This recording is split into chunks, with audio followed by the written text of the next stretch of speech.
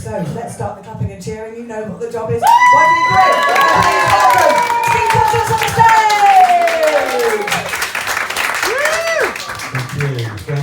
Thank you very much.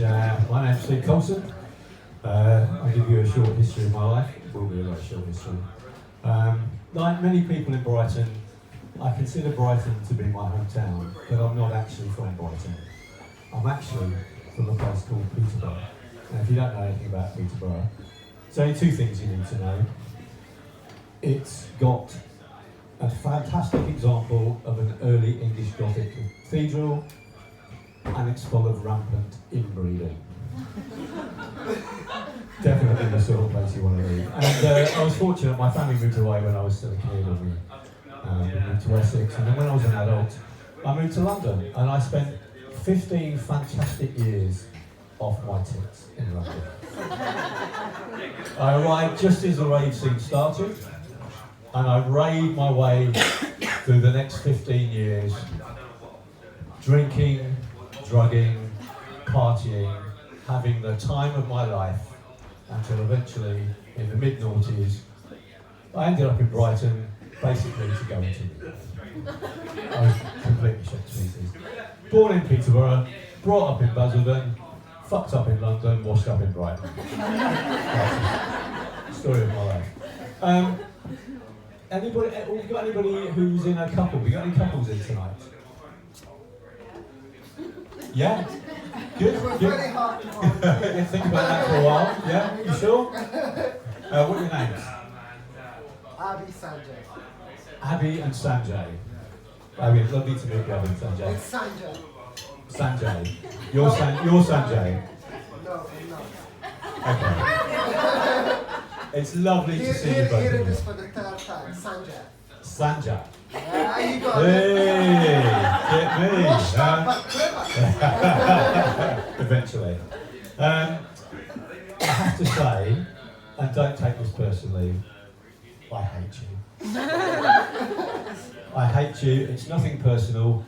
I just happen to hate all couples. And I particularly hate my least favourite couples, happy couples. And you know the ones I really hate, the ones who can't wait to tell you how fucking happy they are. You know, they'll say things like, do you know, I absolutely knew when I met Petunia that I was going to be with that woman for the rest of my life. Yeah, I can honestly say, when I first saw Tristan, it was love at first sight. Yeah, we met on a blind date arranged by our friends, and 4 weeks later we were married. Yeah, well fucking done. You smug pricks. I hate you, I hate couples, I despise couples, and I have to say, it's all bitterness. It's because until 18 months, I was in a happy couple myself. Yeah, I know. It's very sad. I was in a beautiful relationship with the love of my life, and we were together for a very long time, but, you know, things change, don't they? Kids come along and ruin everything. We actually split up because of a difference in how we wanted to raise the children.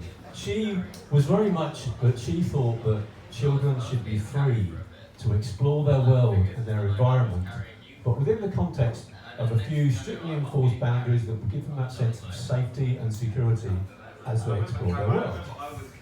Whereas my philosophy was, fuck it, they'll be fine, have another drink.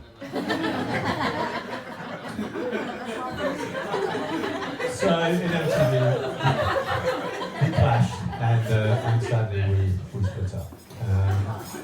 Yeah, thank you. And it was painful, I have to admit, it was really painful. But you know what?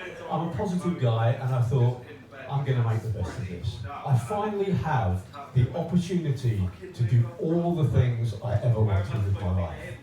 You know, all those ambitions that I had, that I could never really properly pursue because I had the responsibility of a relationship and children, I can now do them all. Finally, I can...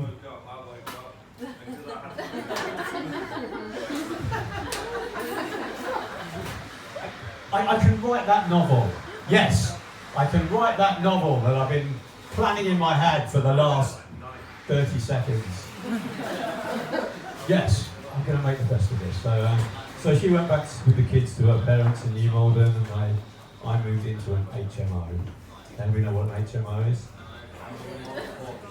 It's a house of multiple occupancy. It's basically a load of strangers living together, each with their own room, sharing a kitchen and a bathroom. And it's not like a student house, because in a student house, however chaotic it gets, you've always got a future.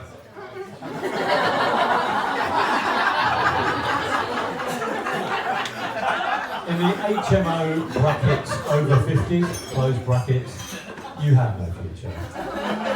You just have a miserable present and a past that you have completely fucked up. But you know, I thought, I'll make the best of it, and when the landlord showed me to my room, this tiny, tiny attic room in this massive house, and I looked at their single bed, this tiny room, but there in the corner, there was a writing table and a chair. And I imagined my laptop on that writing table in this minuscule room. And I said, Steve, here in this ridiculously small room, you have found the perfect place to work on your alcoholism. And it's going well, I have to say. One of the rules about living in an HMO is you don't want to run into any of your fellow inmates. Sorry, housemates. Because they're all fucking weird. They're all weirdos, you know, and they're all failures. And they're miserable, and they've got nothing to talk about, and they're all exactly like me. And I don't want to see my own misery reflected in the terrified eyes of a complete stranger.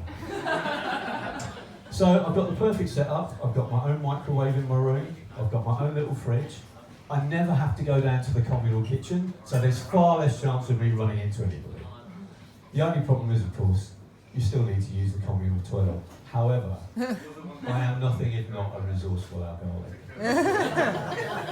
And there are plenty of wine bottles, empty special brew cans, empty microwave trays, dinner trays. You can always use those. And then the trick is that you go down to the bathroom when the house is completely quiet, usually around 5:30 in the morning, there's nobody about, and you can empty the contents of these receptacles into the toilet, put them in a bag, and then go to the recycling bin on the other side of town because you don't want your neighbours to see the acceptable misery. So it's a perfect plan, and it worked for a while, and then inevitably you get your timings wrong. And I found myself walking to the bathroom at the same time that the only woman who lives in this house was walking the other way. 60 years old, not a thin woman, I have to say, nothing wrong with that. She was wearing a baby doll nightie, which I found was a little bit inappropriate. But the image that will stick in my head for the rest of my life is she didn't see me straight away because she had her head back. She was emptying the contents of a carton canister of squirty cream directly into her mouth.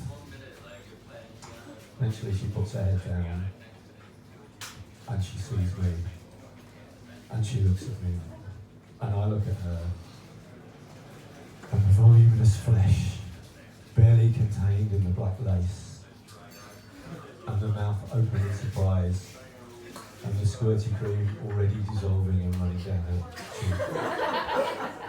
And she looks at me, this sad husk of a man, beer belly hanging over his filthy underpants, carrying a Pringles tube full of his own piss. And we look at each other. And 4 weeks later, we were married. Thank you, those are you fantastic. My name's